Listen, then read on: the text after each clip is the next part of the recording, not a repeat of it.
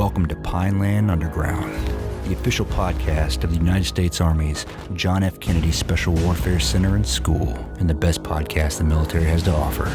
Real, bold, and unrestricted. We're your hosts, Sergeant Major Chuck Ritter, Major Bobby Tuttle. Welcome to Pineland Underground. Welcome back to the best official podcast in the military. The SOCOM Softcast podcast is a close second. It's an awesome podcast, but I would still rate it number 2 of 3 special operations podcasts that I senior rate if I were to senior rate podcasts. But anyway, today's topic is one that's been slightly contentious in special operations. Today we're going to deep dive the Security Force Assistance Brigades, better known as SFABs. We have an SFAB subject matter expert with us today, Colonel Mike Sullivan. He recently served as the commander for the 2nd Security Force Assistance Brigade and is the current Special Warfare Center and School's Chief of Staff. So Colonel Sullivan started his career as a field artillery officer. He made it through Special Forces Assessment and Selection, and then served in the 3rd Special Forces Group. He had the honor and privilege of serving as my battalion commander in 3rd Battalion, 3rd Special Forces Group once upon a time, and has extensive experience to the deployments in the Pacific, 1st Special Forces Command, Special Operations Command Lebanon, and countless deployments to combat theaters. Colonel Sullivan also has a Bronze Star for Valor and is someone I personally have a ton of respect for. But, unfortunately, he does not possess the coveted Air Assault Badge, so he automatically accrues 2 officer points right off the bat for this episode. Colonel Sullivan, welcome to the episode. Thank you. Welcome to Pineland Underground. No, I appreciate it. And yes, it is true when, back in the day you took the 3-3 guide on, you also signed for one Chuck Ritter, and the fact that he was most likely going to turn left into some bullets at some time during your tenure. I appreciate you noting that. Do you think we'll be able to ask General Beaupere to send Colonel Sullivan to Jumpmaster while he's here at SWCS? I've been to Jumpmaster school. He just doesn't wear it. I just don't have the requisite number of jumps because it took a waiver for me to get to Jumpmaster school because I didn't come from an airborne unit prior as a field artilleryman. And, I was too busy fighting a war to be worried about jumps and badges, Bobby. At least that's what I used to say to one of the generals I used to work for when he asked why my wings were bald. You just got negative 2 officer points. He's back to 0. I appreciate that. So personal attacks on Bobby will get me points? Oh, absolutely. All right, good. Oh, man. It's good to know early. I might actually get fired after this episode. Holy smokes. Oh, Colonel Sullivan, really happy to have you on Pineland Underground today. Again, thanks for joining us. No, I appreciate it. So kind of diving in, the significance of us talking about the Security Force Assistance Brigades. This topic was pretty contentious about 2.5, 3 years ago. And really the messaging of, what the Security Force Assistance Brigades were going to do, partnering with forces overseas and, really being AOR or, area of operations and regionally aligned and focused. And then, there's some other heartburn that came up there, too. But before we kind of dive into some of those things, you've been a Special Forces soldier for the majority of your career. Talk to us about that decision or kind of that opportunity to go serve in the SFABs and take your experiences that you've had in Special Forces into this new unit or new assignment that we're generating. Okay, yeah, absolutely. So, again, I appreciate the opportunity to be on this, such a prestigious podcast as Chuck mentioned in the intro. I would rank it up there, 30% of the time I listen to it all the time. All kidding aside, no, it's an excellent opportunity not only to talk about all things SFAB or SFABulous, but my Special Forces career and kind of how that impacted how it got me to 2nd SFAB. Uniquely enough, and I thank Chuck for not mentioning when I went to assessment and selection or when I graduated the Q course, but I'm one of the few guys still around that is a pre-9/11 volunteer in the active force as a Special Forces guy. So when I decided to join up, probably a longer story in a different podcast, I was late in my career. They were desperately in need of captains, and I was able to extricate myself from the USERA staff headquarters as a post-CCC graduate back then. Went to the Armor Advanced course, so it still made me eligible to go to SFAS, but not the typical path. Decided, working next to a 10th group guy who had come out of his time as a team leader, HHC commander, who talked to me about, hey, there's excellent opportunities out there besides staying as a field artilleryman. Something I was always interested in. I had a Special Forces Sergeant Major in my ROTC department when I was in ROTC at Claremont McKenna College, a 7th group guy. always told stories about El Salvador and things that were going on in the 80s. Yeah. So very interested. And luckily for me, my wife was very supportive of the idea that go to assessment and selection and at least try to see if that, it was something that I was going to be able to do. It was the day we had finished the Q course and we were signing for our air items and our books for language school when we're all listening to the radio and planes started falling out of the sky and hitting buildings. So again, kind of the focus of what SF would do and what we all thought we were signing up for had changed. I thought I was signing up for a unit, back then you had general officers here in your indoctrination that described it to your wives as Peace Corps with guns. We went to foreign countries to influence, the ideas of national security by training our partners to be better at securing themselves and doing that business so American soldiers didn't have to go. We wanted to stay local. I didn't speak Spanish, so nobody wanted to go to third group back then because the African continent wasn't a cool place to go. Okay. Everybody wanted to go to 7th, 10th, and 1st. 5th and 3rd were always open for volunteers, so I jumped on 3rd because I knew we would stay local. And, at that time it seemed to be a great decision for the family. Professionally, it would become a great decision if I would have had a crystal ball and saw that 3rd group was going to be the ones on Afghanistan, and it would take me there 6 times. But all in all, I was signing up for what we saw as the FID mission, whether it's the larger now framework of security force assistance. I thought I'd be gone a couple months at a time. You pick the country on the continent, training folks with my team and coming back and having that experience that you wouldn't have anywhere else in the Army. So you have that going into, what kind of drove me to take the chance at SFAS and making it. Now things changed pretty much, overnight on 9/11. Made it through language school, and it was my first week on the team, my first jump, so probably my 8th jump in the Army. We're on the drop zone, and we get the word that 1st Battalion's going to go. I was in Charlie Company. They were only going to take 2 teams from Charlie Company. My team was going to be one of them. We weren't going to combat. We were going to stand up the Afghan National Army in the Kabul. So a lot of people can, blame Mike Sullivan for how that went if you want to blame the guys that started it. And that first trip, my ODA was tagged with owning, back then, the 3rd BANA, before we started calling them Kandaks, of the Afghan National Army. Oddly enough, a lot of the NCOs and officers became part of the Corps, which would later be the volunteers for the Commandos. So I saw a lot of the same folks throughout my 6 trips there, from my first one to my last one as a battalion commander. But again, my pathway to Special Forces was that idea that if we're going somewhere, we're helping somebody to take care of business themselves, just to boil it down. If it's foreign internal defense, it's handling those internal security issues, so we don't have to send a whole bunch of Americans. And, maybe we stay and help them do that. If we're not friendly to their government, but there's people we are, then we're kind of doing the opposite, where we're helping those people kind of overthrow that government. The FID UW paradigm was what they taught us back then in the Q course, not much different than what we teach now. Yeah, very much. With all the other, mission sets that fall on an SFODA. But again, it was, kind of that night and day of understanding you're training somebody else to handle the business for them, maybe enabling, maybe supporting, maybe assisting, maybe going in with them, but for kind of opposite purposes in terms of how we see that foreign government, whether it's friendly or not so friendly.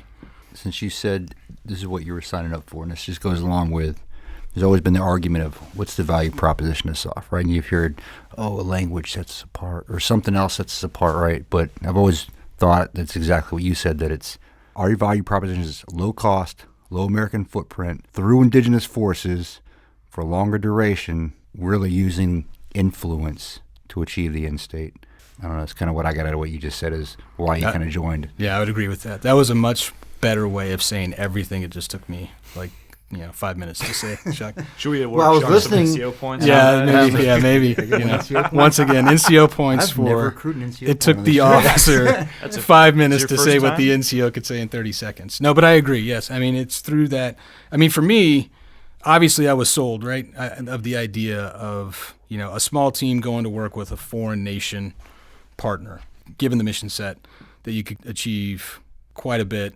Now, in terms of the value proposition, it does, we've talked about it in the schoolhouse, the value we put, the resources we spend to produce a single RSOF soldier or officer, right? Whether it's SIOP, CA, or SF. It's probably talked more about than that today, more right? than what we probably invest in other MOSs, right, in the U.S. Army. So there is something to that, but I think in terms of the impact, you're right. Throughout my career, and even beforehand, I was a history major in college. I wrote about, my senior thesis was why the U.S. Army couldn't fight 2 wars simultaneously due to downsizing. That was the big thing that people were looking at in the 90s. How do you create mass in a force that invests in technology, the speed at which it can react in a global environment when you're much smaller? Well, I personally see security force assistance, or FID, and that ability to put small teams alongside a partner that's willing and able. They might need some help, that you may be able to increase your footprint, your mass against an enemy, and influence what it can and cannot do without having to invest in U.S.-only mass, So, and I think it's the U.S. way of kind of doing things. We always look for a coalition. We always look for a partner. It's just the way we see things. I think to complement that too, 20 years in Iraq, Afghanistan, and Syria, of course, at the kind of tail end of those years. But we didn't stop. Special operations didn't stop operating across the globe in the other 70 nations. Coming from First Group, for example, combat rotations to Iraq and Afghanistan, back, refit, and then you're just shifting focus a little bit and then going back out into Asia and all those other partner nations that we're getting into. And I think as that kind of plays in that value proposition, the generation of the SFAB, the Security Force Assistance Brigades, weren't focused primarily on Iraq, Afghanistan. The focus was on regional partners and going back out and continue to leverage those relationships over time that we had, but expanding those relationships across greater than just special operations, if I'm not mistaken. Actually, the initial use of the SFABs was in Iraq and Afghanistan to relieve the pressure. One of the value propositions that General Milley said is we're overusing our SOF forces in the CENTCOM AOR, and they don't have the relief they need to be focused elsewhere. So that, in turn, with multiple years of SFA, there's nothing new for the U.S. Army. There's been different iterations between MITS, SPITS, whatever engagement team. So for General Milley, it was, we definitely have a way of doing business. And whether it's working, by through and with our partners, providing them support, assistance, advice, liaison, opportunities, all of that exists in how we do things. And what we've been doing is pulling it out of the active force. So you had special operations. We still had our own problems where it comes to, how we split ourselves up to support the mission. We were run thin. You were ripping leadership out of the entire Army, leaving full brigades full of, junior NCOs and enlisted, while their officers went off to go train, support, an Iraqi element or an Afghan unit. So it was a realization of we need a dedicated force to do that. So my words, not the SFAC or the SFAB, kind of doctrine, but we would speak of, when I took command, it was like Generation 1 was very much focused on the combat advise and assist in Afghanistan and Iraq and relieving pressure there. As those two theaters started to wind down, especially Afghanistan, there was a deliberate plan in place of it will take about 3 years to regionally align everywhere else. What they realized is there was too much work. There was plenty of opportunity. And so the Gen 2 folks like myself were charged with, we got to figure out how we get regionally aligned now, and how does that look in the future so we can sustain what the SFABs can do globally, similar to what, a regionally aligned, RSOF force does. So again, it evolved from that initial, like, hey, let's relieve pressure in CENTCOM to now it's best suited for a regional alignment. It's an example of the Army looking at the success RSOF has had over decades. Whether you look at Colombia, you could look at near-term CENTCOM AOR. I was the SOC Forward Lebanon commander. A decade of security force assistance essentially got them to a point where they were able to handle the ISIS problem themselves with very minimal U.S. support. It was just based on the training that we had done, persistently over like 9 years. I think those examples resonated with guys like General Milley in terms of, hey, we could expand this across the conventional footprint as well and warfighting functions so we get more out of it, in terms of that relative mass that we're trying to produce. It was very contentious within the Special Forces community, at least, when the SFABs are coming. Everybody's like, oh, we're the ones that doing FID. But just to put it in perspective, because you mentioned MITS, I can think all the way back to 2006 when I was in Ghazni, Afghanistan, and the Afghan Corps, brigades, and battalions had normal Army, I think they were reservist or guard at the time, advising them, right? So it's not a new thing. No. They've been doing it forever. And I think that same concept is what eventually evolved into the SFABs. It was just more of an active duty, more professional role, in my opinion, because some of those guys were just over there just eating chow and making poop, in my opinion. But anyway, but that's just my opinion. That's not an official stance of SWCS or the Army. It's solely just Sergeant Major Chuck Ritter. But going back to defining the SFAB, and I think we overuse the word value proposition all the time, because although a positioning statement is part of a value proposition, the position statement is, okay, what really sets me apart on the playing field? I'm not trying to sell it to somebody. I think we're at that point now with the SFABs because it's accepted, right? I haven't heard a whole lot of uproar lately, but moving back, when the SFABs first stood up, and I'd like you to define this generation 1, generation 2, because you've talked about that, and we've talked about that before, but how did it come up? The generation 1 guys, we've talked about there was hate on both sides. Let's talk about that. Right. Why it stood up, hate, and what is generation 1? Right. So, fortunately, again, timing-wise for me, I was a student at the War College in 17. So academic year 17 was my year at the Army War College, Carlisle, and this is when it had just started to become a thing. General Milley was discussing, hey, I'm going to stand up, the 1st Brigade down at Benning, it's going to be made up of 12 people. They're probably going to learn some language, understand the culture. We may do some special assessment and selection. They'll work on those small teams. They'll be able to support themselves. They'll work off, minimal guidance and intent and make great things happen. They'll be kitted with the best kit. And who knows, maybe we'll give them something they wear on their uniform similar to a tab and a special hat to wear. His words, not mine, when he briefed AY-17 U.S. Army War College. Went over real well, right? It went over great. Wait, what? As you leave the auditorium and you go back to your small room, your seminar, to discuss what did the Chief of Staff of the Army just say, and everybody in my room turns to me and says, I think you just lost your job. And isn't he a Green Beret? What's going on here? So I would say initially, even I was one of the guys kind of skeptical in terms of, are we, the Special Forces community, the regiment, at risk of losing maybe our identity and even potential some work, if not all of it, to something if the Army can find a better way, a more efficient way, an easier way, however we were discussing it, to create this thing. I got the idea that if you give them a special hat and a special badge, people will want it, and it will entice the right type of recruits, hopefully, that are willing to do something extra to earn something, they value.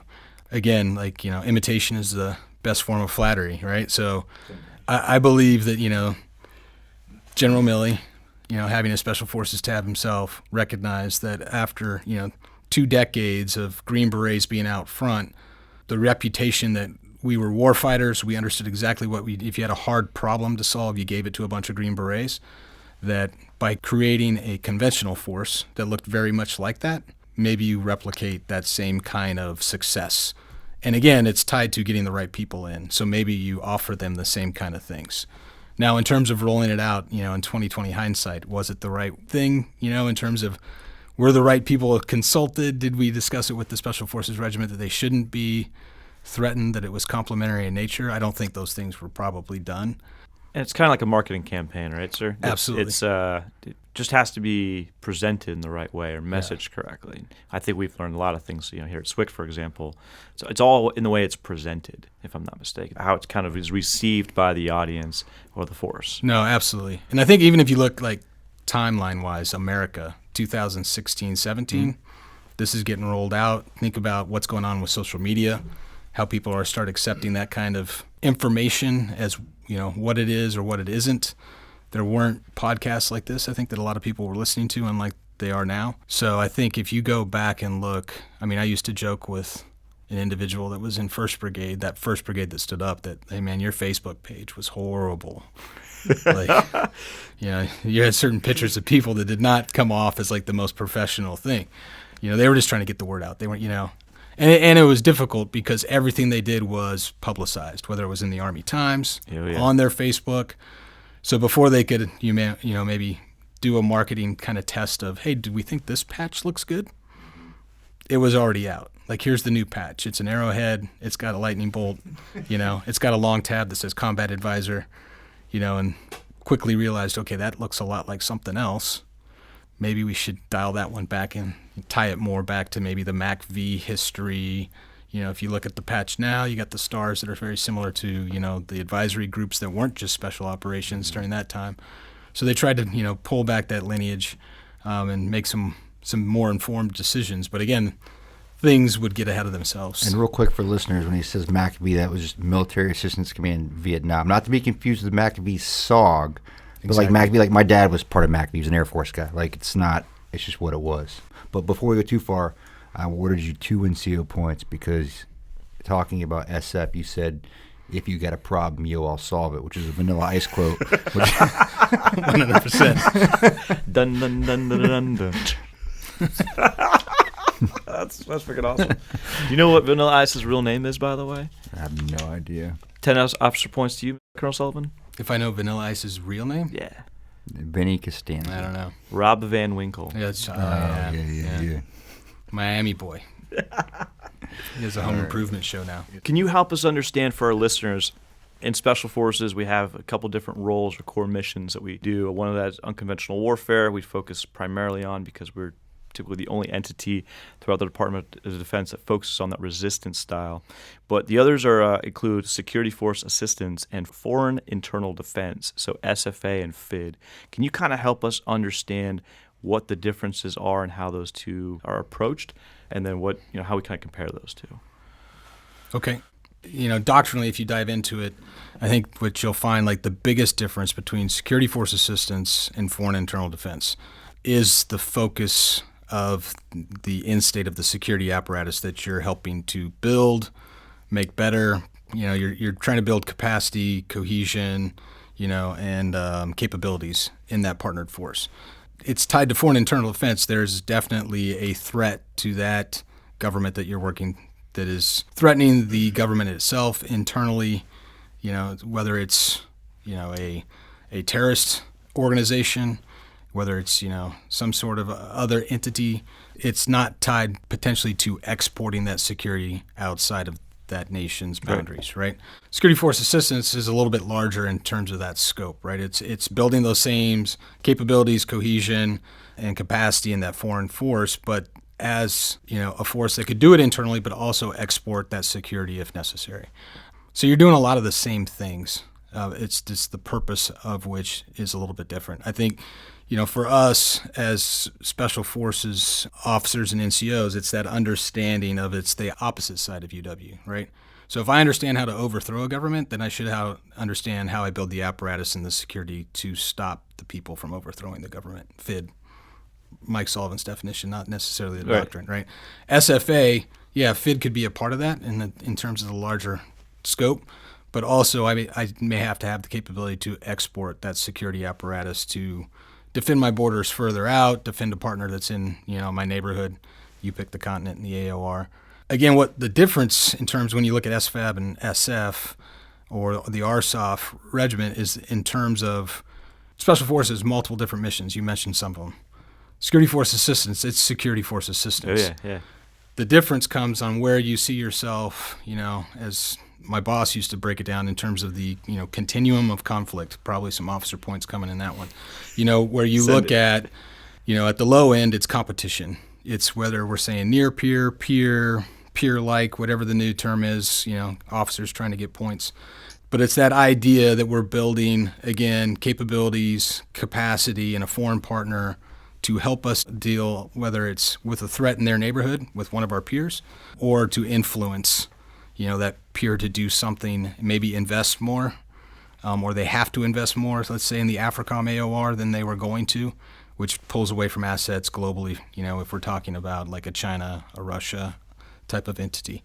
It then continues down, the continuum of conflict to crisis and then conflict itself.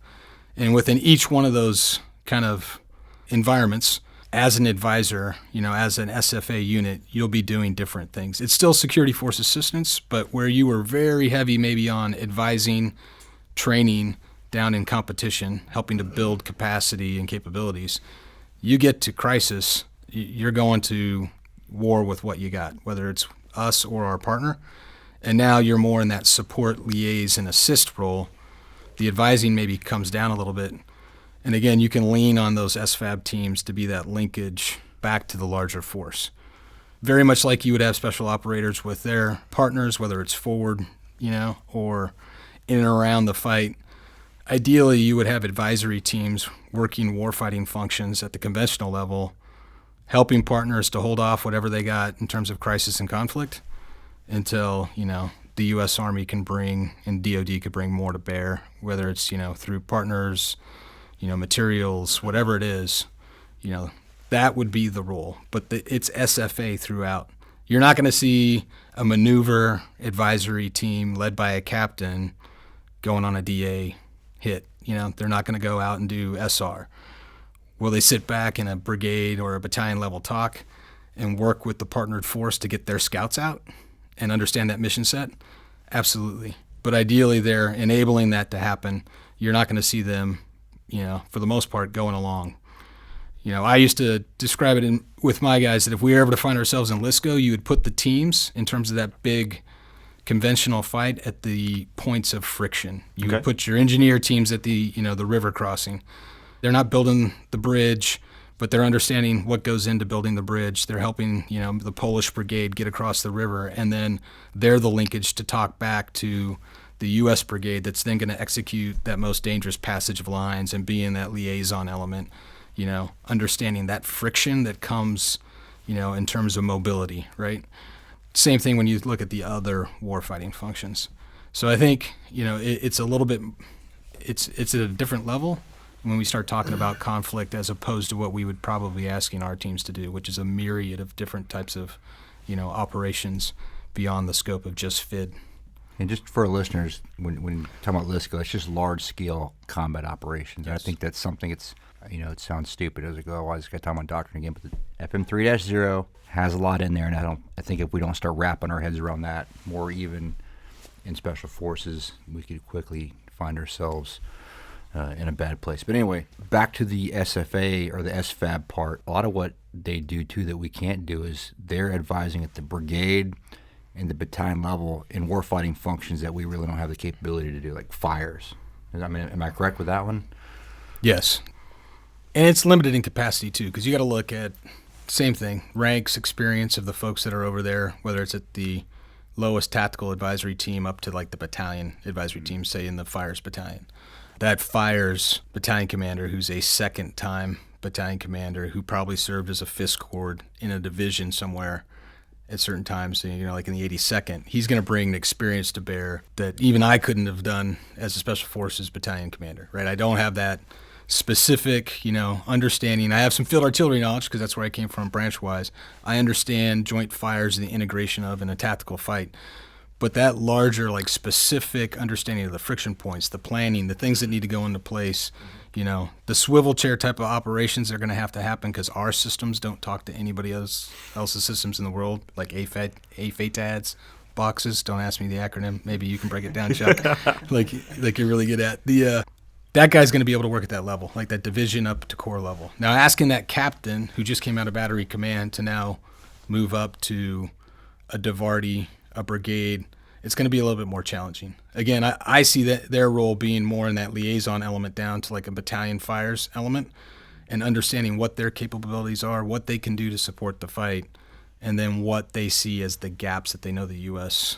Fires could bring conventionally to that partner. And that is the kind of the unique thing in how the brigades were built. So the brigade's really small, 820 people if they were 100% manned, 3 maneuver battalions made up of, and everybody in terms of the officer side are second time like KD, so so lots of experience. A lot of experience. So the Army is investing in terms of leadership. They may not be pulling it out of a brigade and leaving the brigade leaderless like they were doing during the Iraq and times of doing MIDS in Iraq and Afghanistan, but they are accepting risk that a lot of this leadership and experience is being pulled into the SFAB to be used again. So you got 3 maneuver battalions, all pretty much organized the same way, but 2 are infantry battalions, and then a CAV squadron that's commanded by an armor officer. In terms of their basic SFA day-to-day, what we do, all three like capability, understanding of where they would plug and play. Those battalions have 3 companies, and those 3 companies have 3 teams. So again, captains with a senior E7 as their team sergeant. You move up, a first sergeant with a major at the company level, and then a battalion commander with his command sergeant major. And again, command team-wise, you're looking at second-time folks. So second-time battalion commander, second-time CSM, KD qualified major that's done his S3XO time out there in the maneuver force somewhere alongside a second-time first sergeant.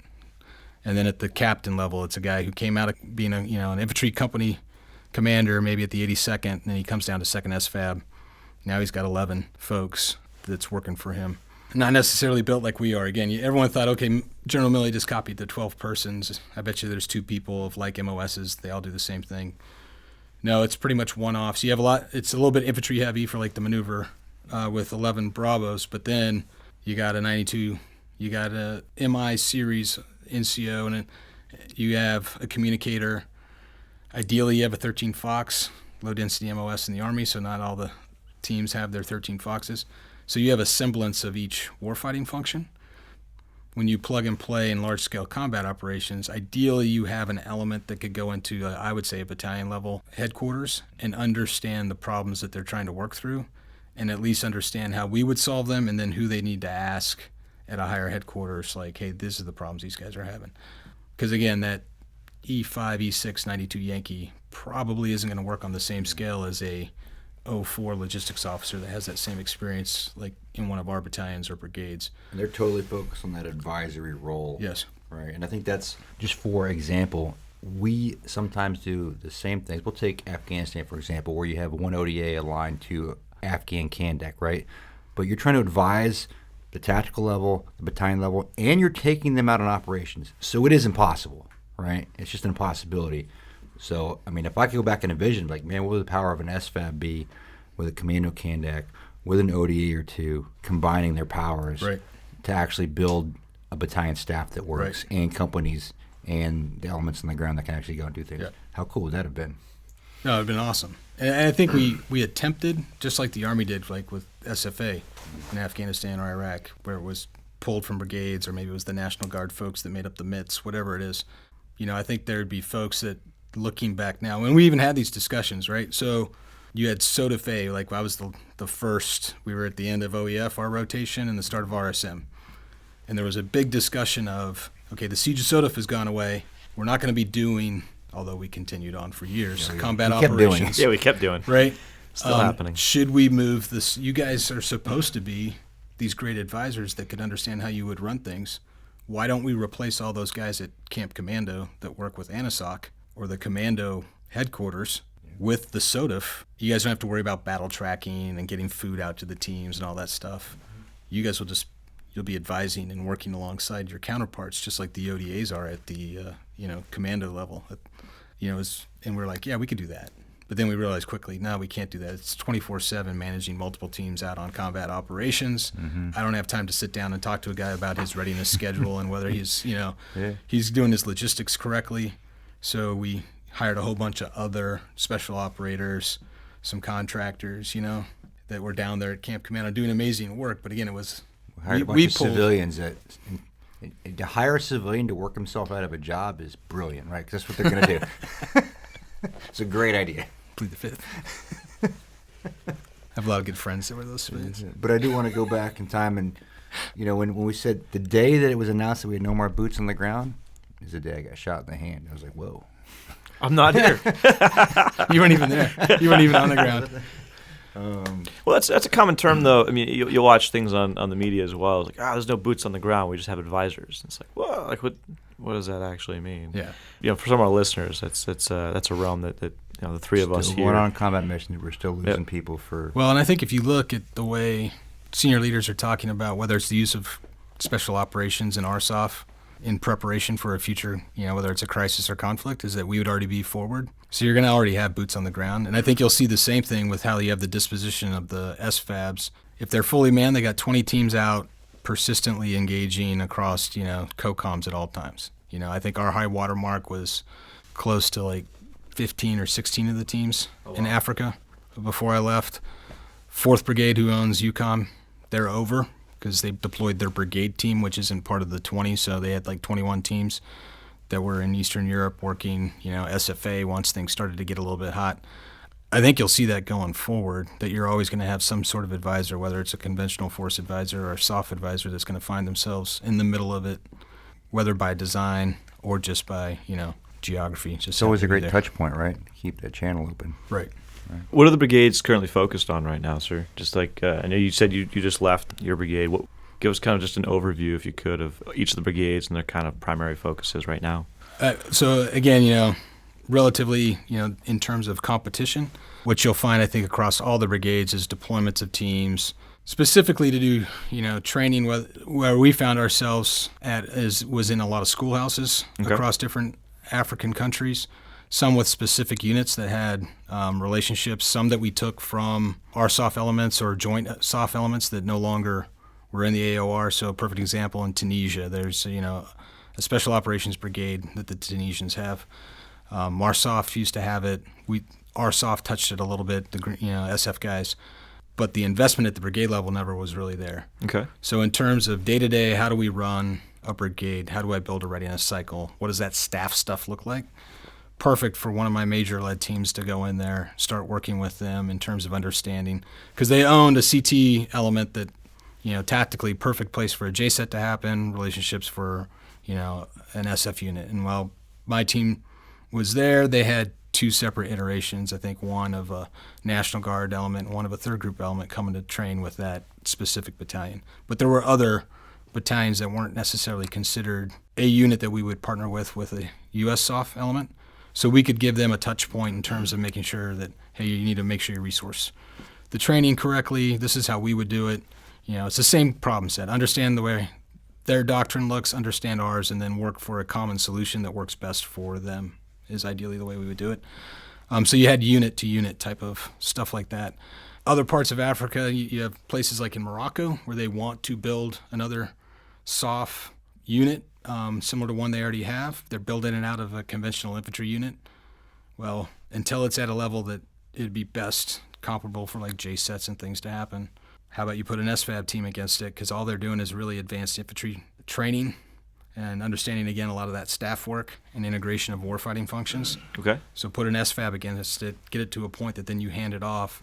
So it frees up a 3rd Group team to go someplace else where they're needed, or buy back, readiness because their dwell is not as, where it needs to be.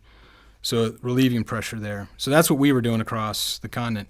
The other thing, again, unique that Chuck hit is, I had logistics teams. The problem, I knew we'd run out really quick. It took a little longer than I thought, but once people realized, as you're, especially at the start of what was going on in Ukraine, that logistics is really going to drive, the future of conflict. We had teams persistently in Senegal and another one that was out in Djibouti, again, working with logistics units only on, how do they manage that, whether it's at the, really right out of the capital, pushing it out to their tactical levels, building basic systems that they can manage themselves, don't burden them with a whole bunch of computers and digital stuff the way we would do it. But let's figure out what will work for the Senegalese so they can better manage their own logistics. Again, not something necessarily you're going to ask. We would say we could get a bunch of 18 Charlies. That's their other thing is to be the S4 on the team, right? No, I got some actual logisticians. Not on that scale. Not at that, the scale or that level. We can see now that, probably would have benefited Russia to have some SFAB teams over there with their logistics. Probably would have. And then the same for the engineers are working with engineer units because I have engineer teams in my 5th Battalion. And then I had, I got the field artillery teams were primarily working in schoolhouses in Kenya, up in Tunisia. That's what we were doing in AFRICOM, and like missions across all the other AORs. And those are things we can't even do in Special Forces, right? Because we don't have those skills. Yeah, we don't have that expertise. Yeah, that's. We can say we do, but you're not teaching fires at that level. You're teaching I can go up to 120 millimeter mortars, and do a fires plan. That's about it. The rest of it.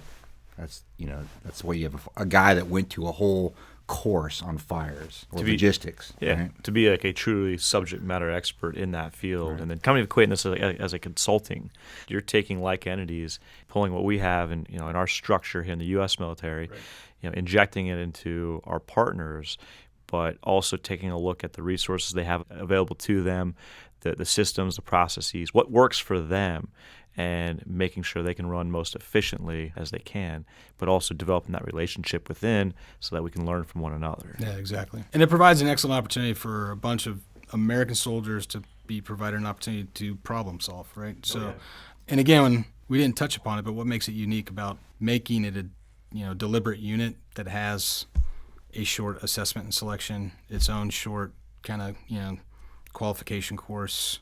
I think it was 60 days. I think they're cutting it down because they realize they can do some more at home station. You're picking the people that want to do this kind of work, that can understand that I may be an incredible warfighter, but if I can't communicate how you do that with somebody else, I'm not going to succeed as an advisor. So similar type of folks is who we're looking for. And it provides them then that opportunity to problem solve downrange. So like Kenya is a perfect example. They're at the schoolhouse. You're dealing with a weapon system that looks a lot like our light, howitzer, but it's the British version, different sights. We didn't give them all the stuff for the version we have, and they're cobbling together British sights, British ways of basically laying the gun in place so they know where it's at on the ground and how you fire it, with a older U.S. system, U.S.-trained field artillerymen digging into both British and U.S. doctrine and then figuring out, hey, we came up with a solution how you could place this gun safely on the ground and know exactly where it's pointed. And the Kenyans can now replicate that with what they got, because they didn't get all the same stuff, whether it was from us or the British when we gave them these things. So they're pressed to problem solve in an environment where they're using the skills that they've been given by the U.S. Army. And then ultimately, the kind of the difference in the RSOF model is it's 3 years. You're in an SFAB for 3 years. Okay. Unless you're, battalion commander or battalion, like brigade commander, it's 2. But all those that volunteer, it's a 3-year gig. You're on an 18th-month cycle, so if you get in there right, if we did it right, we got you there right at the start of your individual cycle. You do 6 months of individual training. They do what they call the TRAP, but it's the Training Readiness Assessment Program, TRAP. Everybody would use the Star Trek, Admiral Akbar, it's a trap, when we talked about it. But again, it's kind of like an EIB type of situation where we take them through their specific MOS skills, go out to Area J for us here on, in Fort Bragg, and they go through the stations to prove as an individual advisor, I know these things. And it would be tied to MOS as well. So the log guy, there was some common to all, like advisory tasks, kind of shoot, move, communicate, medicate, but then there's the additional Did you guys things. have your own METs for that, or did you guys use the Army METs? Use the Army METs. The challenge that we had was folks trying to determine, how do I assess an individual advisor on being an individual advisor? Is there a communications test? Is there, can I write effectively? Do I have to brief back something? And we were trying to iterate through, how do you test that individual on the fact that they'll be okay when you put them in front of a foreign partner when it comes to training, advising, assisting. So that we continue to we got different ideas, and I think they're still trying to iterate on that. Then they get into the collective phase, 6 months. It ended, with a Valex for us, the groups would call it PMT, but built a, scenario out. We were using one of the local contracted training areas out near Camp McCall. The guys would actually go live at Fall Freedom out there, and then they would drive to work, and we'd have foreign partners. We had an environment where they flew into country and had to go to customs for the first time. So we put them through all the, things that they wouldn't be used to doing on their own as a small team. You don't have brigade on a, C-17 arriving in Kenya. You're flying commercial. They go through like a mini SEER school or anything, or any kind of training for that? There is SEER training that they can, they can go to SEER school. Some of the guys will go, not a requirement, and it's something that we were trying to work into, how do we work that in? Even if it's just some sort of, tactical questioning and understanding, because you may get that secondary check at the airport. Yeah, just going through customs and all that. Yeah, so we worked through all that. Yeah, come to this back room for screening. And we put them through all that stuff. And the funny thing is, when we did it the first time, and again, a lot of it was based on my experience, because, I'm like, oh, this is easy. This is what we did with third group teams when we were going back into Africa after my second year in command. We got to get the teams ready for that kind of environment again. It's not Afghanistan. So I pulled on that experience, but people were like, this is not real. But it was that second iteration when the teams had gone, and then, they're playing the customs guy, and he's like, this would never happen. He goes, it happened to me 3 times when I went into 2 different countries. They're going to ask for your fingerprints. They're going to ask you to take a photo. Just give it up. Mm-hmm. You're just an advisor. Like, there's nothing secret about what you do. Like, own it. So once I get through that VALX, we rack and stack the teams, make sure the right teams were going to the right mission. Some teams didn't get validated, and we either, if the advisors were needed, we would put them on other teams so they can get their deployment. And ideally, you do that iteration twice. So you get 2 deployments out of your time in an SFAB, and then you're right back in a conventional unit right down the street at the 82nd again, using all that experience, that problem solving. I mean, just things you can't replicate, at a CTC or otherwise. You get to wear your SFAB combat patch if you were in a combat So area? if you were in a combat area, so the guys going to like Djibouti and Somalia. Mm-hmm. Yeah. So just approved. I visited BFC. I was talking to my sergeant major my old sergeant major. He's like, hey, you're authorized to wear your advisor patch because we spent 2 weeks in Djibouti. I was like, okay. So, I mean, the guys are wearing them, and it's great. I mean, because it's one of the few places besides our software, if you get that kind of deployment, you're still going to have that patch, which there's a whole bunch of people that signed up to be in the Army that thought that's what they were signing up for. So it gives them an opportunity to deploy into an environment where they see themselves having an impact. Not everywhere. I mean, there's other guys that have experiences may vary. If you're in Kenya and you're living near the game preserve and and all that other stuff, it's a lot nicer than if you're, in Somalia. But I like that you described that, though, sir. Individuals who come to the SFAB, typically spend 3 years there to get, about 2 deployments. So great operational experience overseas, working with partners, problem solving, truly that pre-mission training or that validation exercise, the full cycle of training. Then they get to go out and do it, instruct, advise, consult, all those types of things as experts with a partner.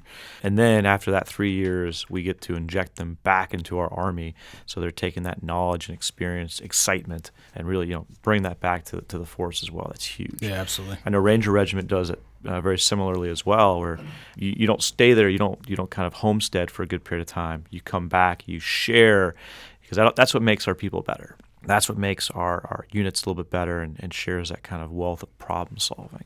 So I do like that model. I think it's effective. I mean, there was discussions while I was over there.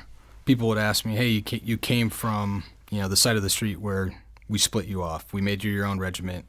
Once you changed your MOS, I get asked that question all the time. Don't you think this should be its own MOS? Like, once you become an advisor, you're an advisor. And I was like, well, I don't think so. Because I always saw it as, hey, that kind of work, we're not just making other armies better. I joked, I was like, hey, we're the 3M of Army units. We make all armies better to include our own. We don't create the doctrine, we just make the doctrine better. That's for you, Chuck. I know you love doctrine.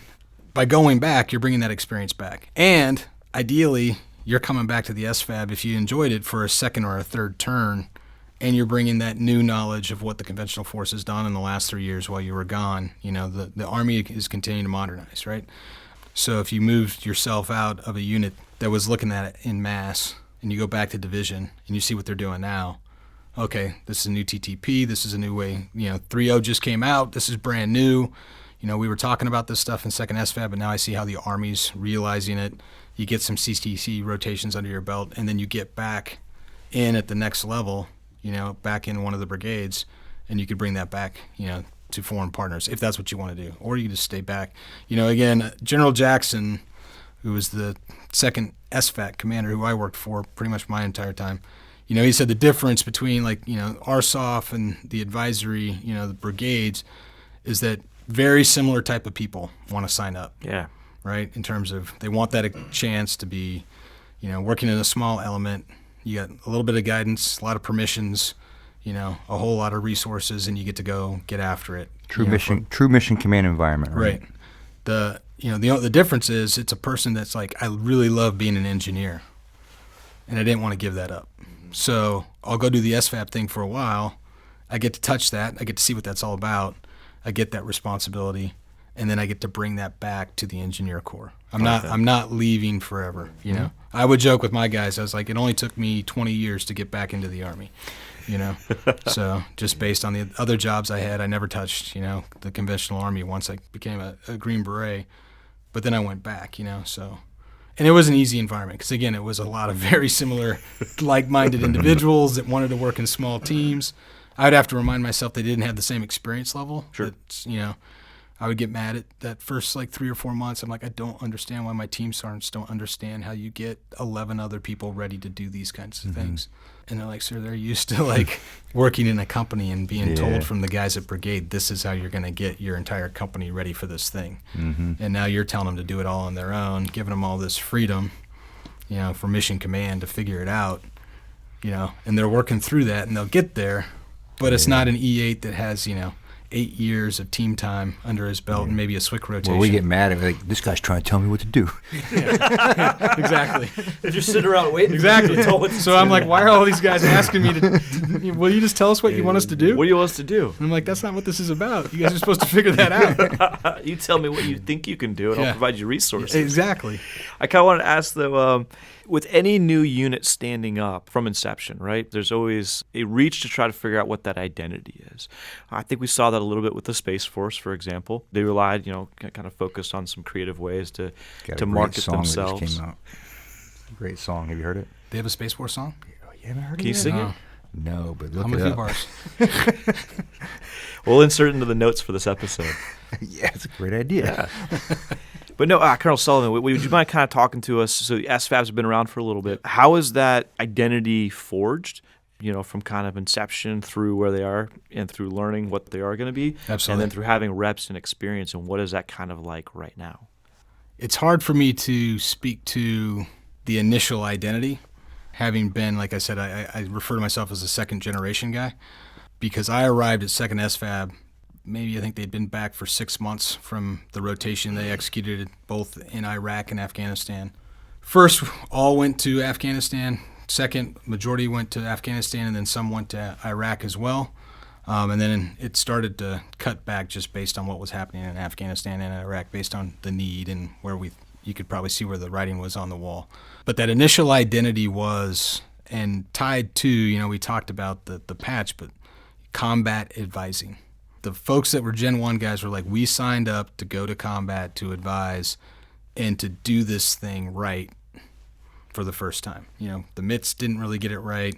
The SF guys could only cover down on, what became ANISOC. They started out trying to do it all, and then they focused it in. And there was some pride in that. There's also, from the outside looking in, again, being that guy at the War College, and then I went to Lebanon to be SOC 4 Lebanon Commander. And I continued to follow First SFAB on Facebook, because I was very interested to see where this thing was going to go. I personally thought it was a great investment. Like, the Army needs this. When I was in Lebanon, the way they were built on like these brigades, regimental brigades. Like, they had an armor brigade, a field artillery brigade, logistics brigade, a whole bunch of special operations, like little units that were doing a lot of great stuff that we had teams with. And I was like, man, if I even reached out to RSENT and said, hey, why don't you send me a logistics team, an armor team, a fires team, and I'll plug them right into these Lebanese armed forces units that I don't touch as a special operator other than asking for stuff, to support the guys that are out there doing things. And they're like, no, they're all going to Afghanistan. Part of that, I think, was part of General Milley. I wanted to build the identity immediately that they were tested, tried and true. Like, we put them into combat and they were able to execute, and it was better than what we had done in the past. So, there was a proof of concept, like, we're going live right from the start, which put a lot of pressure on those first, 2 brigades. It then followed with 3rd and 4th.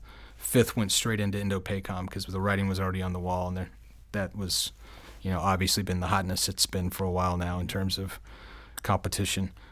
The other interesting thing is, social media-wise, I got very interested when I realized I was going to go over there. Like, hey, let's see what everyone's saying about themselves and everything else. And there was this, you talk about the identity of the hate. The SFAB started to embrace the idea, in my opinion, that they were the anti-Green Berets, and they loved the animosity that was between the two. Okay. Because they liked being the, kid that was getting beat up in the room, and they were going to prove themselves, and they did it in Afghanistan, they did it in Iraq. Keep picking on us because, we can do this too kind of attitude. There's some very interesting meme pages on both sides, because I found that there were some Green Beret ones that were specifically built to make fun of the SFAB folks, and then there was the SFAB folks that were either making fun of themselves or making fun of Green Berets, making fun of them. I mean, it was like this, Well, you've been quoted as saying that anything Special Forces can do, SFABs can do better, right? Yeah, I'm pretty sure. I've said That's that. probably on a meme somewhere. I think I said that multiple times. Yeah. Thanks for bringing that up. Yeah. No, I don't think I said that. But there was. I mean, it was really interesting. And it's the funny thing now is that I think it is more accepted in terms of the complementary nature. We've seen each other downrange. People are working with each other. They're coming over to groups now. We had them over at third group. Yeah, you got third group guys coming good over. Relationships. There's, a couple people in second SFAB.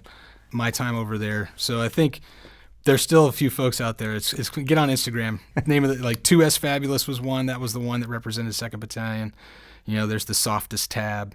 There's a whole bunch of a lot of different brown beret references, and there was some. If you go back far enough, there's some good. Like if you get in the comments, Ooh, nice. Like you're not going to take our job. We don't want your job.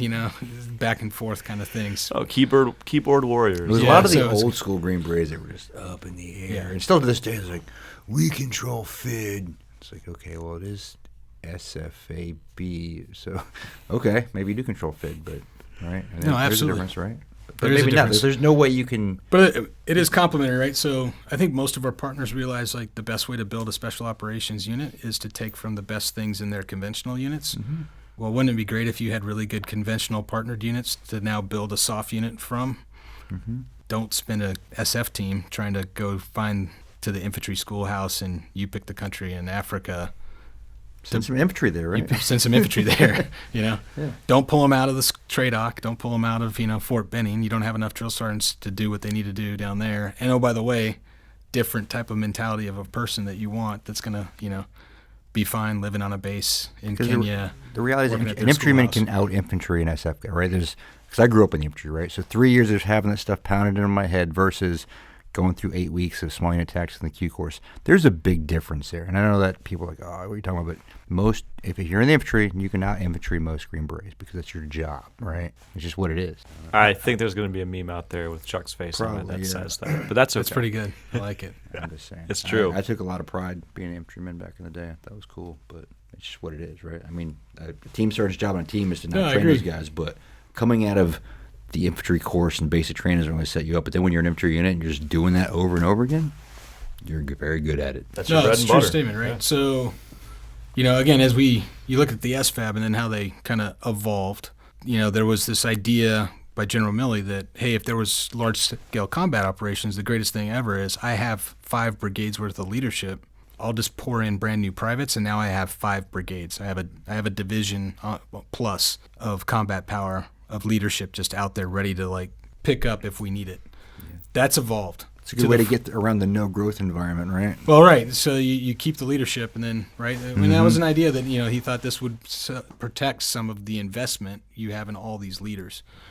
What it's evolved into now is the realization of, well, we'd be even better if we push that leadership forward into a partnered element as an advise, assist, liaise, support element, and that becomes that linkage so you don't have to pull it out of a corps headquarters. You don't have to pull it out of the division staff. It's ready-made to immediately go in. Relative mass is built by our partners. You can help them do better things before we can get there. Maybe we don't even ever have to go. So that evolved. Now, the reason why I bring that up is you got Mike Sullivan, Special Forces Colonel, and we're having these discussions between the brigades and the Security Force Assistance Command in terms of, hey, we're changing the doctrine. So that means we go to war. Mike Sullivan, you're ready to advise a corps commander, infantry, maneuver guy who's lived that his entire life on how he should be maneuvering his brigades in a large-scale combat operation. And again, I had to self-assess, and I'm like, well, sir, I'm pretty sure I could problem solve, and I could do the liaison piece, and I understand doctrinally the problems they're going to have. I've been in a warfighter as a SWCS B guy, as the 3 at SF Command. I understand the friction around some of those things we test ourselves against as an Army. But when push comes to shove, my DCO, who is a career infantry officer, is the guy I'm going to be looking to when we're having the big brain discussions about large-scale maneuver warfare. Yeah, right. Because that's his bread and butter. He grew up doing that. I did not. He has the experience that I don't have. I may have, the education, but not that same experience. And I go, and that's something you got to look at long-term in terms of, if that's where the SFABs go, do we think 06 SF guy is always the best guy for that job? He can problem solve. He understands readiness of small teams. the conflict space in terms of influencing against Russian and Chinese, folks that are trying to do the same thing on the continent, probably the right guy for the job.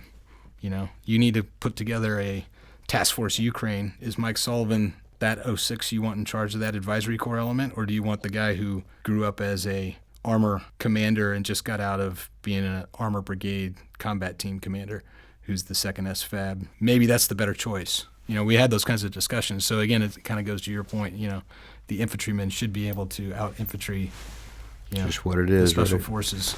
I do have a question. You were the second brigade commander, so this is actually a question for Bobby. So their slogan was, everyone fights. Where does that come from? You can gain an officer point.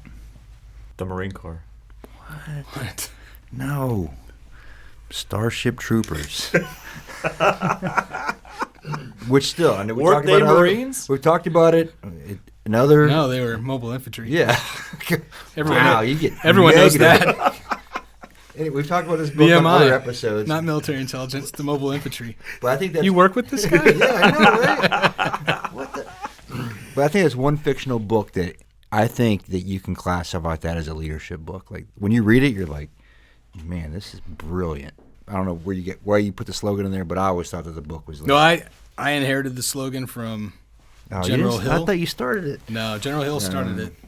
I think it actually, to be completely honest, in the book it's everybody fights, which I got caught saying a lot when I first took over, and nobody would correct me because nobody likes correcting 06s in the Army. They just and then eventually my command sergeant major's like, sir, it's everyone fights. And then in the movie, the response is no one quits. So we added that when I was there because we were like, always read the book. The movie is the movie's not as good. No, but the book is. But the incredible. concept that again, General Hill came up with, I embraced, and I even took it further once we regionally aligned. That concept that like everybody has a role in the fight. Like it doesn't matter if you're a logistician, fires, engineer, military intelligence, signaleer. Like everyone needs to understand the basics of war fighting if you're going to be an advisor. So that means everyone fights. I pushed it out further once we started engaging partners on the continent. It was like we're making sure that everyone can fight. Everyone that's on our left and right, nobody's a liability. It's a coalition if we're going to go into a fight as Americans with partners, and we want to know that they can handle their piece of that just as much as we can. So globally, everyone fights is the way we saw it. But I'm not sure if we need to enact, the mobile infantry, and if you don't serve, you don't get a vote. Yeah, that's next level Starship Trooper stuff. This is a little off the topic. book is, I think it is a good leadership book in terms of understanding. Like that guy, he's written some incredible books. Besides that too. But real quick, this is kind of off topic, but you talked about the War College now like 3 times, I think, 2 or 3 times. I just want to run this concept that here we go. Bobby and I have come up with and see what you think. So we think we can save the military money, right? So check it out. Instead of the War College, we're going to create a card game, right? And it's going to be called the War College, or we can call it Staff Arsonist. But the game is you flip over a card. What do you call it, though, Chuck? Staff Arsonist? Staff Arsonist, right? You flip over a card, and it's something the general said in a meeting. And in the game, you're an NCO or an officer on a general officer's staff. So once that card is flipped over, then it's your job to play your cards. And you can play cards like task a subordinate staff, even though I'm not the S3 and have no tasking authority, or make an Excel matrix that has a font so small I can't read it, but it has a ton of colors on it, right? I like where your head's at. Yeah, and the point of the game is to create as much work as possible and freak out for everybody around you that has nothing to do with achieving the commander's intent, right? I think that's a much cheaper way to achieve the same effects that we get out of the War College. What do you think? That's an interesting take. Is there do you get to play different roles, like role players? So if you're the NCO, you just play the card that says "Great idea, sir." The men will love it. Yeah, you can exactly. Like you play the card, say the exact same thing the officer said, but take twice as long to say it. The warrant officer doesn't say anything, and then he shows up coffee. at the end of the game to say what you just did was wrong. Yeah. And let me tell you Way why. after the And fact. what you guys should do is this, and then he leaves again. Yeah. Or he waits till after it failed and be like, I knew that was a bad idea. Let's hit all the stereotypes. Yeah, I like it. One of the last things we want to hit on is the recruiting challenges, right? Yep. We're trying to get from the same pool, and we're having a recruiting crisis anyway. So what does that look like? It looks very much the same, and it's compounded by the fact that unlike, let's say, an SF battalion or group, outside of your 18 series folks, the Army assigns all those people. So all your support MOSs, low density folks, here's my shortages, U.S. Army, I need more 92 Yankees. SFAB, that 92 Yankee is a volunteer, so you got to recruit your 92 Yankees. There's not a single MOS in the SFAB that isn't a second-time volunteer recruit, right? So similar, maybe more towards like the Ranger Regiment when they look at But their you're not model. taking guys right off the street into the SFABs, right? No. Because again, in order to get somebody with the experience level, whether it's PME or just real world, I've done this as an infantryman, artilleryman, what have you, MOS. They're picking from those branch qualified folks, right? The most junior person is like an E5, more than likely an E5 promotable in the SFAB. Everybody's done their job at least once, you know. There's no specialists, no privates, all NCOs and officers. And again, the challenge we have is it's very much compounded by the Army's marketplace for officers now, and when they start doing that with NCOs, it's going to get even, because you have to compete for the interest of those individuals to select you just as much as you want to select them as a volunteer. You have similar challenges with leadership that a lot of these folks work for. It's a new thing, right? Bobby talked about new organizations and people not knowing exactly what they do or what it does for them. So when you have an NCO or officer going to their mentors and you pick the division and saying, hey, I think I'm going to go SFAB, there's a lot of, well, that's not what I did, because they couldn't have done that because it didn't exist. I don't really know what that's going to do for your career. The Army has taken back some of the incentives that General Milley put in place in terms of promotion or selection for other types of jobs like command selection. You don't get a bump anymore because you decided to volunteer to be an advisor. So you're working against all that kind of stuff. And the pool is getting smaller, right? We're not getting as many people into the Army, so it's a challenge. I imagine those units aren't going to want to lose their people either, so they're probably fighting against Yeah, because it. they're it's a losing constant talent, fight. right? It's a constant fight, right? So, and then you got to, then match it up to that readiness cycle that we developed for ourselves to make sure that you're getting them in at the right time, so you're not getting people, right before a deployment, because again, making sure they're certified and validated is something that, we'd very much want to do, especially when you're sending a small team to a country that's not a permissive environment, even though things might seem well today, it could be bad tomorrow. So you got to select the right folks that are prepared to do the right things and train them to do so. So we had the same recruiting challenges. Again, it's a little bit different in terms of like the message, because again, it's like, hey, you're not leaving the infantry, you're not leaving the engineers, you're not leaving the field artillery. You're getting an opportunity to do something a little bit different, a lot more opportunity to actually explore what mission command looks like, a lot more responsibility, and then you're taking that experience right back to the Army, hopefully at the next level. So, ideally the majors I had, they were getting that experience, we were getting them ready, and ideally they were going to, compete well at CCAP, and they would all go back to be tactical battalion commanders, across the Army. And that's what you're hoping to happen at Echelon. But exactly the same number of challenges in terms of where we were going. Our numbers were doing, I started out with all those first generation folks. They filled it to 100% to get those first deployments to Afghanistan and Iraq. And, we're down to like 90% when I left Phil. And a lot of those maybe weren't the same. We were making exceptions in terms of MOS. We were getting creative. The Civil Affairs Regiment told me quit taking captains to be my team leaders, because I was only authorized 3 Civil Affairs officers in the brigade, and it wasn't as company commanders and team leaders, but we were getting creative to make mission, which is good if you're talking, competition. Again, you're accepting risk now that you got a Civil Affairs captain who may be advising a battalion in war and infantry or an armor battalion. So I think it's going to be a challenge they're going to have to look at going forward. We'll see where that ends up for them, just like it does with us. I think it's going to be with potentially units that aren't fully manned, and you're just going to have less in terms of a force package going out to the COCOMs to support them. Yeah. Oddly enough, for one of our recruiting problems is we have a lot of in-service people that come to selection, but the selection rate right now for in-service people just is not very high for whatever reason. It's astronomically higher for people coming right off the streets, which I find interesting, because selections, I don't believe selections any harder than when we went through looking at it. So I don't know, what are your thoughts on that? For us, or for just for in general for Special Forces? I mean, one of the challenges I think we have for in-service recruiting was the number of other opportunities that exist. So again, I represent, coming out of 2nd SFAB, one of those other opportunities where folks were like, well, I could do something really similar, and I don't have to go full Monty, right? Like, I'm not going to change my MOS and go over to be a Green Beret for the rest of my life. So those people that might be on the fence, you might lose those folks to maybe the SFABs. I think we're not far enough out of the previous conflict that we've had that you're going to start seeing people that see RSOF as an opportunity outside of the routine. This is what we do in the conventional Army. Mm-hmm. The guys like me that were looking for something a little bit different, looking for a deployment.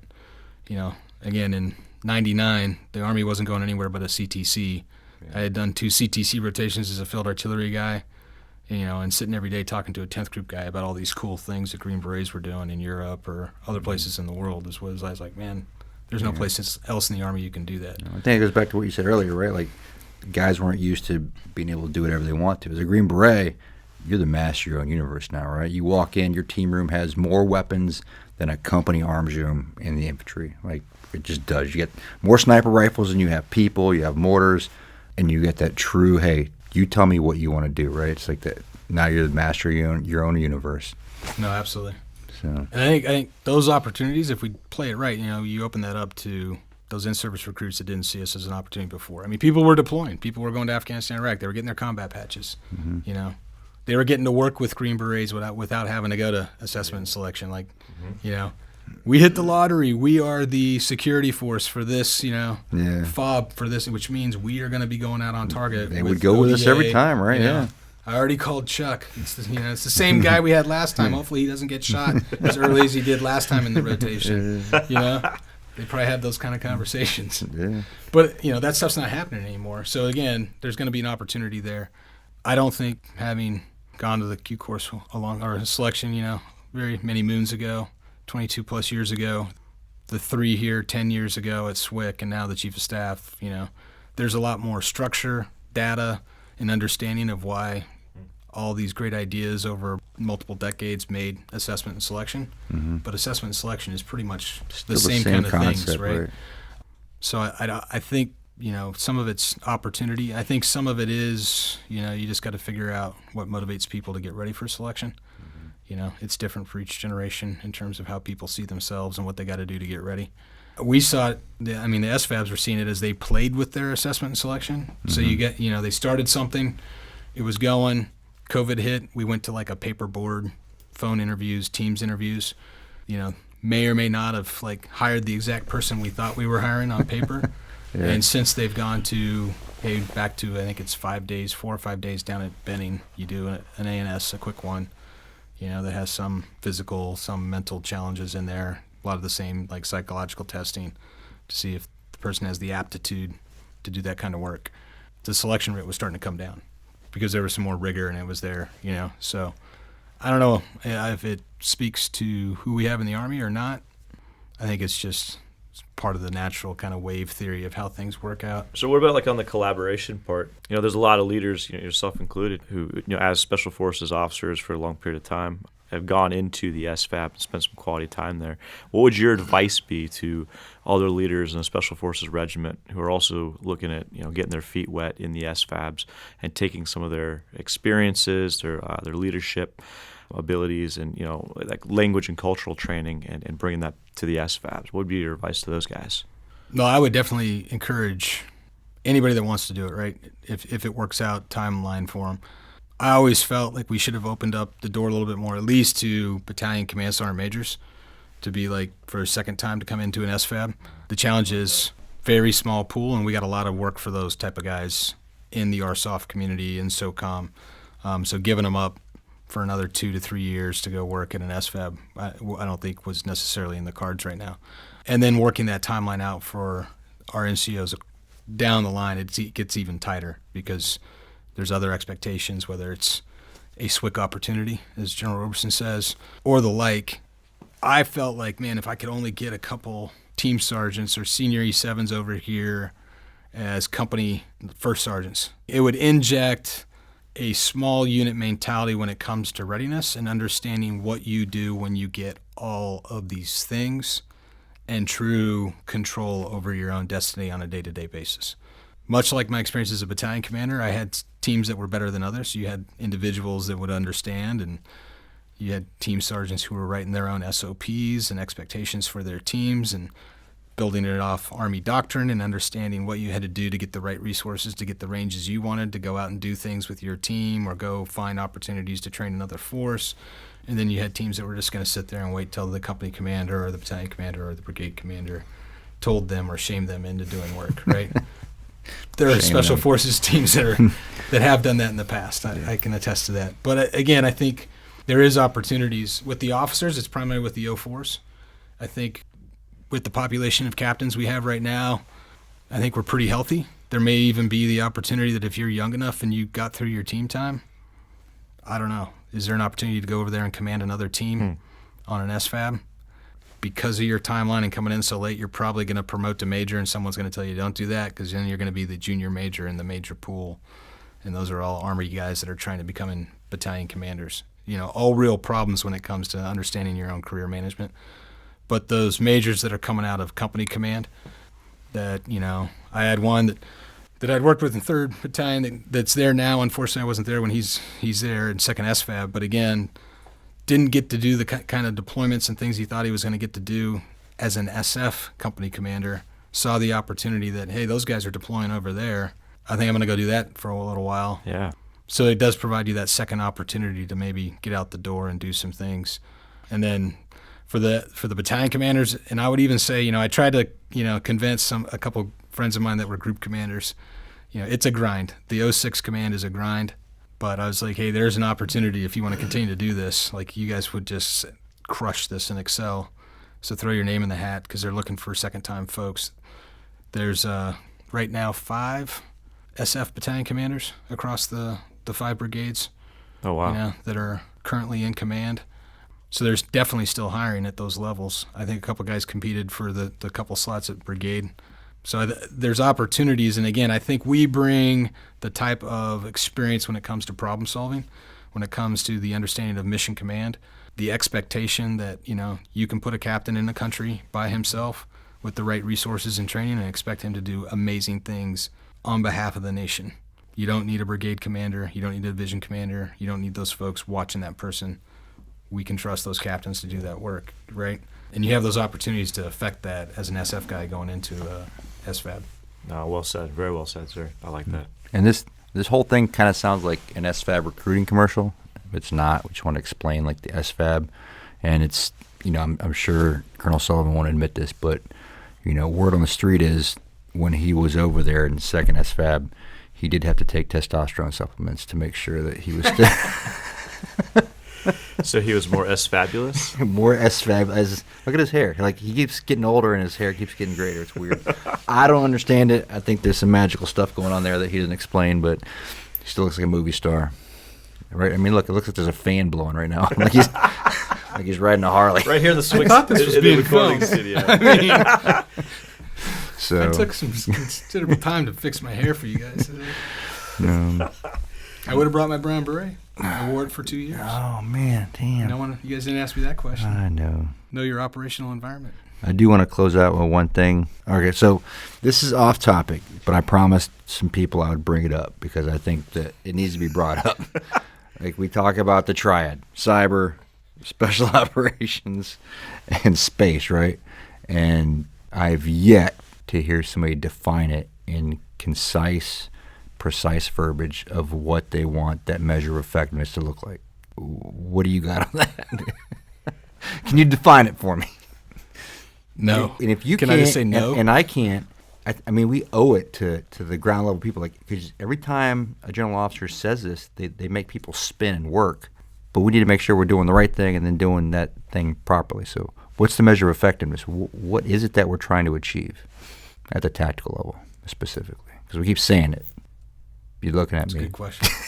That's a really good question. Perhaps we need a Chuck, dedicated I episode appreciate to this. that question. That's all the things you're supposed to say while you're thinking, right? No, I think I don't know, right? And part of the problem is, being at a schoolhouse. Again, you're a fan of like encouraging people to read doctrine. I may have been in a meeting today where you held a piece up and said, maybe we should start with this. I don't think that with space and cyber having been around long enough that there is some semblance of what they think they're supposed to do and why they exist, right? But not enough people have read those materials to then go, oh, okay, that's what they're saying they're supposed to do. Now, what do we think we were supposed to do with that? It's one of those things where if it doesn't fit neatly into, when someone says large-scale combat operations, we like to then lump all those things together, or maybe they attract each other so they can figure out for themselves like how we can better help everybody else. I think you have a lot of senior leaders that come from all three of those communities that have been working across all three of those communities that see it at their level. Probably staff guys like me aren't listening close enough to then articulate that down and in. Well, I talked to all the guys down at the bottom. Everybody's asking the same question, like, what is it? Define it for us, because it's kind of like when you say, I want you to go conduct special operations. And then you're like, okay, is this what you wanted? Like, why'd you do that? It's not what I wanted. Like, well, what? I think we can get into that very quickly if we aren't careful. Like, because every time somebody says something up higher, you're creating a lot of work. Let's make sure it's going towards the right direction, though. Right? I feel like you're selling your card game again. Kinda, but I know that No, I agree. Commanders do listen to this, but let's be a little bit more precise. I think there's an opportunity, right? And there's language, words mean things, right? To equate it back to like the previous subject, I mean, oftentimes I was asked, because I was touted as, he's the advisory expert. He's been doing it for 20 years.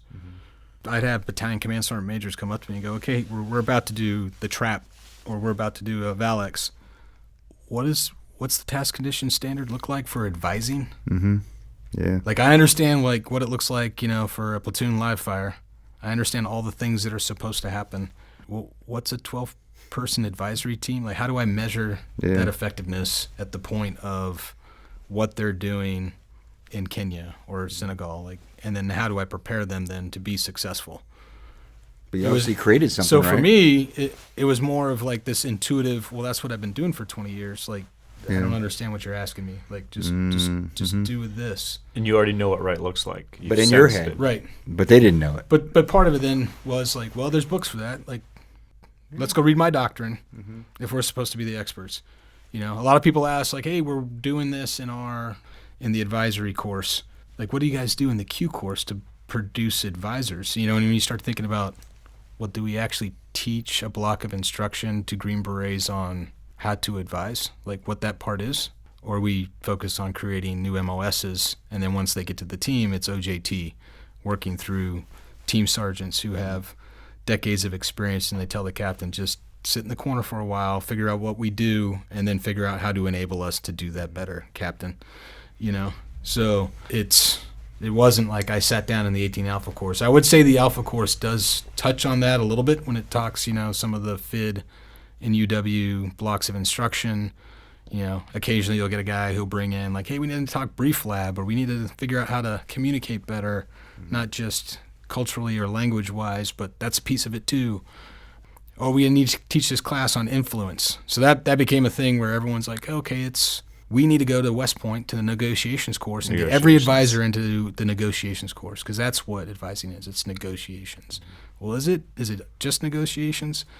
So I think we're still trying to work our way through it, coming back around to the triad. Like, I think in some folks' head, it's like you got the things that are on the very edge of where really bad things are going to happen at all times. It's in if you talk multi-domain operations, you got the special operators who 100% live and should understand the human domain, like people, influence, like how they think. Most powerful word, influence, right? How they think and how I can problem solve to get them the way I think, or get them to think this way to help solve this problem. Like, throw a Green Beret at it, that's what they'll do for you. On the other edge of that, attached to it now, is this electronic atmosphere that, cyber touches on. Some of it's, I don't want them to see my stuff. It's just basic, like, counter mobility in the cyber sphere of they can't see me, but I want to be able to see them. I need to get in there. Similar kind of concepts of what's going on. How do I influence that? But it's out there, seen and doing all these things. How does that connect to those people that are also out there on the edge? And then I think the space piece of it is the fact that there is a place that we can leverage technology then to bring those things together if we do it effectively. I just think we need to define it for the guy or the people on the ground, at least, right? Like, what does that mean? Like, this, that, like, for me, like, I've done my cyber awareness training. So in my head, I'm a cyber-enabled person. And if my whole detachment's You're done that, aware of we are a cyber. cyber-enabled ODA, right? But it comes like, hey, so like, what you're saying is more online training would help us get boom, after that's what you got to do. I think that's the key. Understanding of the triad. But like certain things like At the breaking tactical into level? CCTVs or Bluetooth stuff, to me, it's not cyber. I'm the chief of staff at SWCS. You could make that happen, I could right? make more cyber awareness training happen. I mean, Chuck Ritter. I've got the regulations I would here say that we define have a it. So. focus group of one, maybe you, and we just have you do different online training until we figure it out. We do it. But on a serious note, I you're think. a fan. Yeah, I'm a big fan. I think like all the things we just discussed, it's very ambiguous, right? Like, let's just It nail is. it down. Let's define it. Like, what are we talking about? And then if somebody up higher knows what they're talking about, I promise you, nobody at the tactical level knows what you're talking about because I get asked all the time, and I don't have an answer for anybody. I'm going to say it also comes down to messaging, right? We hear about this. I know Colonel Sullivan mentioned, the SFABs are being unveiled, but like, what's the purpose behind them? How do they compare differently? What is it we're going to ask them to do? Not like the umbrella term that we used to see in mission statements. Ask them. We don't ask people. Them to do. It was like, hey, conduct special operations. It's like, okay, like, all right, well, that's real specific and time and place and location, right? Conduct special operations. Yeah. Which works sometimes. Like sometimes you have the ambiguity, but sometimes you don't. Like, be precise. Tell me what it is you want, and I'll conquer the world. But if you leave it up in the air, it's like, okay. To me, it's just an out for people. It's kind of like we talked about building the plane. I think if you look at experience driving decision making, right? 20 years ago, the idea of a remotely flown plane informing where we were going to put a round on target, how we'd get that information, and then what we would do after was alien to a lot of people. But they gave a whole bunch of new capabilities to a bunch of special operations guys and said, hey, can you do anything with these new toys? Figure it out and figure out how you can effectively do bad things to bad people with this stuff. Yeah. I can't believe I just used a second battalion. You did. You used it. That's strike that from the record, please.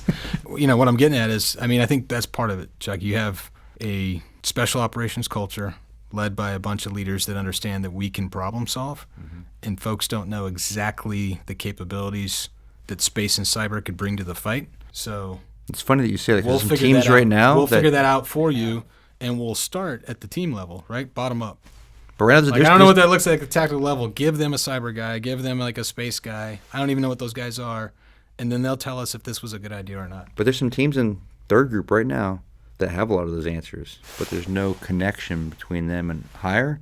And they're like, hey, they're bought in. They're like, we think we've skinned the cat on this, but nobody's listening. It's kind of weird. But exactly what you're saying. Give it to some people on the ground. I'm sure they'll be listening now. Have them figure it out. Yeah, go down and talk to them. But I think you should define it. Like, what is it? Because it's just pissing everybody else off. And then it gives us stuff to talk about and make fun of on the side. Sweet. All right. You get the outro, Bobby. Yeah.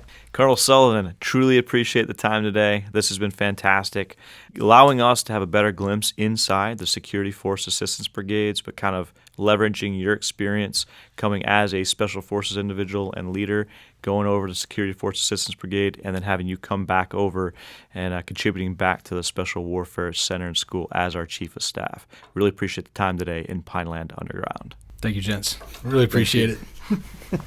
Outstanding.